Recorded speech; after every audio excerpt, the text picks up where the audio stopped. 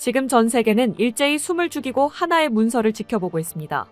거의 4년을 이어오고 있는 우크라이나 전쟁. 그게 생각지도 못한 방식으로 끝나는 순간이 코앞으로 다가왔기 때문입니다.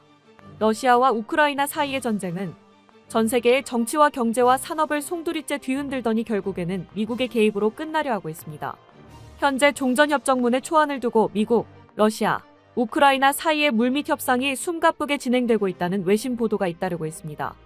영국의 파이낸셜 타임스는 최근 트럼프 측근들이 러시아와의 신속한 평화 거래를 위해 비밀 회담을 진행하고 있으며 이는 기존 서방 세계에 대해 러시아 정책 기조를 완전히 뒤집는 것이라고 보도했습니다.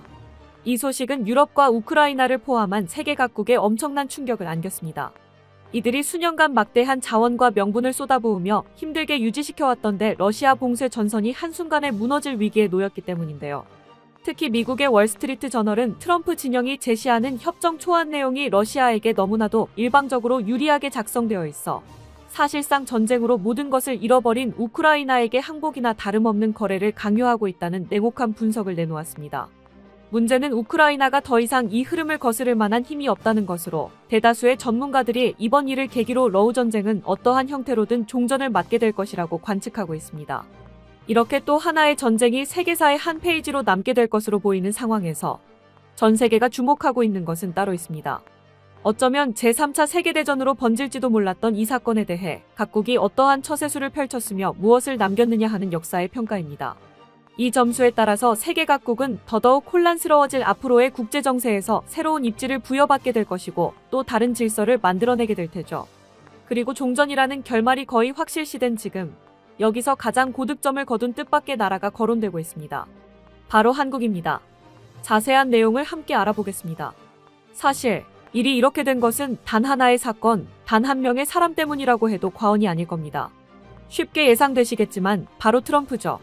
트럼프가 미국 대통령으로 재선된 순간부터 그가 이를 악물고 러우 전쟁을 종전시키려 들 것이라는 건 불보듯 뻔했습니다. 단지 그 이유가 어이가 없을 뿐입니다. 트럼프가 이러는 건 결국에는 노벨 평화상을 받고 싶어 하기 때문입니다. 이미 대통령이 되기 전부터 억만장자였던 트럼프인지라 그는 이제 돈으로는 살 수 없는 명예에 미쳐 있습니다. 그리고 하필이면 노벨 평화상이 그 위시리스트에 올라버렸죠. 트럼프는 대통령이 된 이후 자신이 노벨 평화상을 받는 최단거리의 지름길이 바로 전쟁을 끝내는 업적을 세우는 것이라고 굳게 믿기 시작했습니다. 그래서 집권 이후 발생한 전 세계의 분쟁에 죄다 끼어들기 시작했는데요. 이스라엘과 팔레스타인, 인도와 파키스탄, 태국과 캄보디아 등 국가적 감정이 얽혀 사생결단으로 맞부딪힌 분쟁마다 사이에 껴서 중재를 하려고 했습니다. 물론 이들 입장에서는 제3자인 미국의 개입이 달가울 리 없었고 트럼프의 개입은 별 영향을 끼치지 못하거나 사태를 오히려 악화시키는 등의 결과만 나왔습니다. 트럼프도 당시에는 자화자찬을 하면서 자기가 전쟁을 멈췄다는 둥 큰 소리를 쳤지만 괄목할 만한 업적이 되지 못했다는 사실은 자각하고 있었습니다. 트럼프는 확실한 명예를 위해서 결국에는 더 큰 전쟁을 멈추는 수밖에 없다는 것을 다시금 깨달았습니다. 바로 러우 전쟁이죠. 실은 원래부터 트럼프의 목표는 러우 전쟁을 끝내는 것이었습니다. 그가 대선 후보일 때부터 자기가 당선되는 날에는 24시간 내에 러우 전쟁을 종전시켜 보이겠다며 큰 소리를 쳤을 정도니까요. 그러나 그 계획은 당연히 실패로 돌아갔고 트럼프는 지금에 와서 재도전을 꾀하고 있습니다. 그래서 그는 전쟁을 끝낼 수밖에 없는 상황을 만들어가기 시작했죠. 과정이나 사후 여파에는 관심이 없고 전쟁을 끝낸다는 데에만 집착하고 있는 시점에서 벌써 뭔가 이상하지만 트럼프는 이미 주변이 보이지 않는 상태입니다. 트럼프는 우크라이나가 더 이상 전쟁을 할 수가 없게 되면 사실상의 항복으로 전쟁을 끝내게 될 것이라는 끔찍한 발상에 도달했습니다. 그래서 우크라이나의 방어선 유지에 필수적이었던 군사적 지원을 대폭 감축해버렸죠.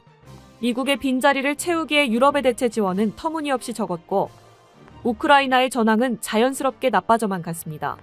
이에 비례하듯이 우크라이나 내부의 전쟁 지속 여론도 점점 시들어갔고요. 그리고 이걸 돌이킬 수 없는 흐름으로 쐐기 박을 수 있는 기회가 이번에 찾아왔습니다. 우크라이나의 젤렌스키 대통령 측근들이 전쟁을 빌미 삼아 어마어마한 돈을 착복하고 있었다는 폭로가 터져나온 겁니다. 최근 발표된 여론조사에 따르면 이 사건을 계기로 그의 지지율은 전쟁 초기 대비 절반 이하로 떨어지며 리더십에 심각한 타격을 입은 것으로 나타났습니다. 궁지에 몰린 우크라이나가 전선을 유지하는 억지력은 결국 젤렌스키 대통령에 대한 지지에서 나오던 것이었습니다. 이 스캔들로 젤렌스키의 지지율이 폭락하자 트럼프는 즉시 종전협상 카드를 꺼내 밀어붙이기 시작했죠. 결국 젤렌스키는 이 흐름을 거스를 수가 없게 되었다는 것이 전문가들의 관측입니다. 현재 진행되는 종전협상이 확정되는 순간 우크라이나나 젤렌스키의 의지와는 별개로 러우 전쟁은 기나긴 싸움의 마침표를 찍게 된다는 겁니다. 물론 이 종전협상이라는 것도 원만하게 되고 있는 상황은 아닙니다. 애초에 우크라이나는 이 내용에 별다른 목소리도 내지 못하고 있고 사실상 미국과 러시아만 테이블에 앉아서 저울질을 하고 있는 기괴한 상황이죠. 거기다 이 분위기 속에서 유출된 트럼프 측의 종전협정문 초안은 전 세계를 다시 한번 경악하게 만들었습니다. 유출된 내용에는 러시아에 일방적으로 과하게 유리한 조항들로 가득 차 있었기 때문입니다. 특히 러시아가 이미 점령한 영토를 사실상 영구적으로 인정하고 우크라이나의 상비군은 60만 명으로 대폭 축소하며 우크라이나의 나토 가입 포기를 헌법에다 못 박는 터무니없는 내용이 포함된 것으로 알려졌습니다. 이런 말도 안 되는 불공정 조약은 우크라이나 측의 무조건적인 항복과 다를 바가 없었고 이 전쟁이 이런 식으로 끝난다면 러시아가 우크라이나나 주변국을 상대로 재침공을 해도 좋다고 인정하는 셈이었습니다. 침략을 했는데도 국제사회에 징벌 없이 이득만 남는다면 도대체 누가 침략을 안 하려 하겠습니까? 더더욱 논란이 된 것은 종전협정문의 문체가 뭔가 어색했다는 것입니다. 마치 러시아어로 적힌 초안을 영어로 단순 번역한 것처럼요. 영미권에서 외교수사로 절대로 사용하지 않는 과하게 격식 없는 표현이 포착되는 등 종전협정문이 유출되자마자 트럼프는 러시아 측의 무리한 요구를 받아 적기만 한 것이냐는 비난이 폭발했습니다. 사실 트럼프는 뼛속까지 장사꾼이라 승전국 입맛을 맞춰주고 경제적 이득을 챙기는 것이 본심이 맞았을 것입니다. 하지만 오히려 미국 대통령이라는 공적인 직책이 발목을 잡는 꼴이 되어 전 세계적인 비난이 지지율의 악영향으로 나타나기 전에 협상문을 수정해야만 했습니다.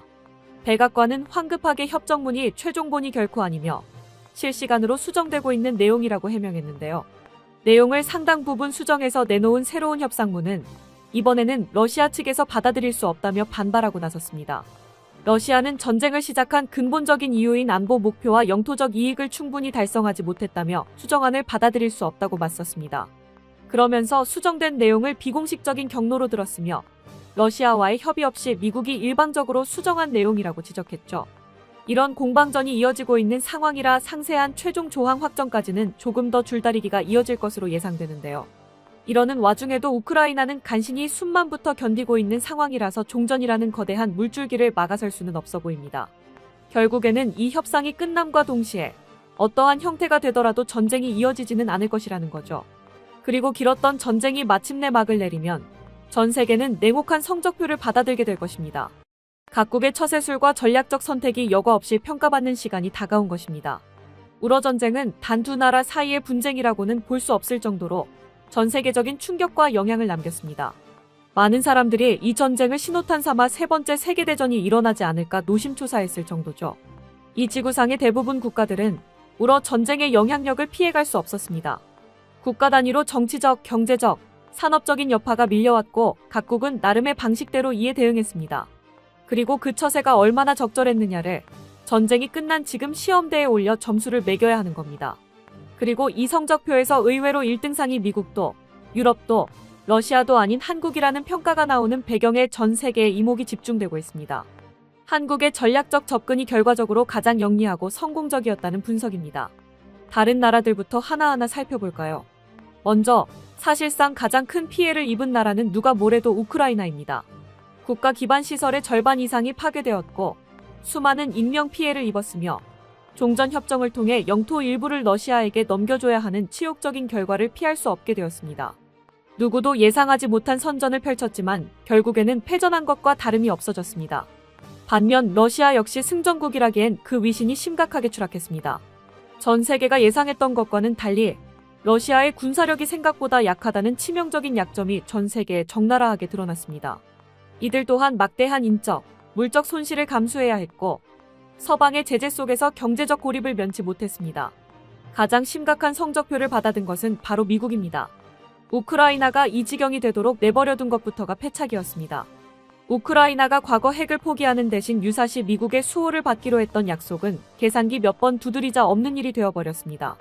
게다가 트럼프의 급격한 외교 노선 전환으로 인해 미국은 오랜 동맹국들로부터 신뢰와 의리를 잃어버렸습니다. 동맹국들은 더 이상 미국이 언제까지나 자신들을 지켜줄 것이라는 확신을 가질 수 없게 되었으며 이는 전 세계 안보 질서의 대격변을 예고하고 있습니다. 유럽과 나토 역시 상황이 나을 것이 없습니다. 수년간 러시아를 제대로 견제하지 못하고 우크라이나에 대한 충분한 군사 지원조차 지속할 수 없었다는 무능함이 드러나며 이빨 빠진 호랑이라는 냉정한 평가를 받게 되었습니다. 유럽의 군사적 자립 능력이 예상보다 훨씬 취약했다는 사실이 전 세계에 드러난 것입니다. 게다가 이들은 우크라이나의 폐색이 짙어지자 우크라이나에 대한 군사 지원을 늘리는 대신 그 돈으로 자국 국방력을 허겁지겁 보충하는 비열한 모습까지 보였습니다. 결국에는 그동안 우크라이나를 돕던 것도 대의나 명분이 아니라 제 한몸 지키려는 이기심 때문이었다는 것입니다. 이 혼란 속에서 오직 한국만이 명분과 실리를 모두 챙긴 압도적인 전략적 승자로 평가받고 있습니다. 한국은 전쟁 발발 초기부터 직접적인 살상 무기 지원은 극도로 자제하면서도 인도적 지원, 금융 지원, 그리고 폴란드 등을 경유한 탄약 등의 우회 지원 등 간접적인 수단을 통해 서방 세계에 확고한 일원이라는 명분을 지켜냈습니다. 한국의 이러한 처세술은 러시아와 완전히 척을 지지는 않는 외교적 균형을 만들어냈는데요. 한국 입장에서 지난 수십 년간 원만한 관계를 유지하면서 많은 이익을 가져다준 러시아를 한 번에 적으로 돌리는 것은 크나큰 부담이었고, 절묘한 처신으로 우크라이나를 안 도운 것은 아니면서도 러시아와의 인연도 남길 수 있었습니다. 그리고 진짜 대성공은 방산 세일즈에서 폭발적으로 터졌습니다. 전쟁 장기화로 유럽 국가들의 무기 재고가 바닥나고 미국의 무기 공급 능력이 한계에 달하자 세계 각국은 한국의 방위 산업에 눈을 돌릴 수밖에 없었습니다. 특히 폴란드의 대규모 K2 전차와 K9 자주포 수출을 성사시키면서 한국은 미국의 무기를 일부 대체할 수 있는 믿을 수 있는 대체 공급처로 전 세계에 각인되었습니다. 스톡홀름 국제평화연구소의 2024년 보고서에 따르면 한국은 이미 세계 방산 시장에서 주요 수출국으로 급부상하며 사상 최고 순위를 기록했습니다. 이는 단순한 무기 판매를 넘어 한국의 기술력과 대량 생산 능력이 서방 안보의 핵심 축으로 인정받았음을 의미합니다. 결코 짧지 않았던 전쟁 기간 동안 한국의 처신은 일각에서는 제대로 편을 고르지 않아 답답하다는 평가도 들어왔습니다. 그러나 다 끝나고 되돌아보면 이 혼돈의 틈바구니에서 유일하게 남는 장사를 한 게 정말로 한국밖에 없었죠. 결과적으로 우크라이나 전쟁은 한국에게 절묘한 기회의 창을 열어주었습니다. 서방 동맹의 신뢰가 흔들리고 러시아의 약점이 노출되며 유럽 국가들이 안보 공백을 느끼는 이 격변의 시기에 한국만이 명확한 공급 능력과 우수한 기술력 그리고 영리한 외교적 균형감을 증명했습니다. 전 세계가 혼란에 빠질 때 한국은 조용히 미래를 위한 발판을 단단히 다졌습니다. 이제 한국은 이 발판을 딛고 뛰어올라 격변하는 세계 무대에서 이전과는 비교할 수 없는 새로운 존재감을 드러내게 될 것입니다. 끝까지 시청해주셔서 감사합니다. 도움이 되셨다면 좋아요를, 다른 이야기도 궁금하시면 구독을 눌러주세요.